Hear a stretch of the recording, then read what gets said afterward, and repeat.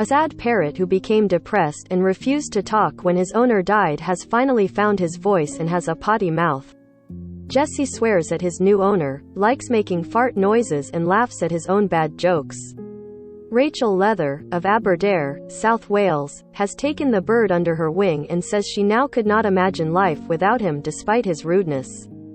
Jesse had become so down with grief he also used to pluck out his own feathers, but they are now growing back. The African grey was taken in by the RSPCA's Ashley Heath Animal Centre near Bournemouth, Dorset, as he struggled to come to terms with his loss. He refused to talk except for sadly whispering goodbye to staff, but now he cannot stop his foul-mouthed rants after Rachel decided to take him home. African grey Jesse was left distraught when his owner died, but now he is talking again. Image, cover images. Rachel Leather with her dog Finn. Image, Triangle News. The bird keeps telling new owner Rachel Leather to F**k off, which luckily she finds hilarious. Rachel said, within 24 hours of being home, he was nattering away to himself. He just makes us roar with laughter, he loves to make fart noises, make jokes and swear. His language is awful. The cheeky parrot has learned that Rachel's partner calls her babe, so shouts babe to get her attention and then tells her to FK off.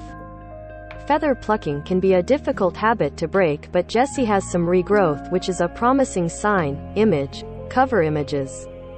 Most read. Puppy smiles at everybody who visits shelter in hopes someone will adopt him. Volodymyr Zelensky survives 3 Kremlin assassination plots due to double agents. Vladimir Putin says violence will get worse and plans to take over all of Ukraine. When I tell Jesse that he's funny, he responds with, yes, F***ing hilarious, Rachel added. He also says, Jess is a good boy, and then occasionally replaces that with, Jess is a good girl, and laughs. He's only been with us for a short time, but I can't imagine how we ever existed without him. When I became aware of Jesse, I was blown away. It felt like the perfect opportunity. I was surprised at how chatty he became because the staff at the center said he was really quiet and had only said one word, goodbye, a few times. Jesse struggled with his sudden change of environment. Image, cover images. The cheeky parrot now calls his new owner babe to get her attention. Image, cover images. Don't miss. Brit's incredible escape from Ukraine after refusing to leave beloved dog behind.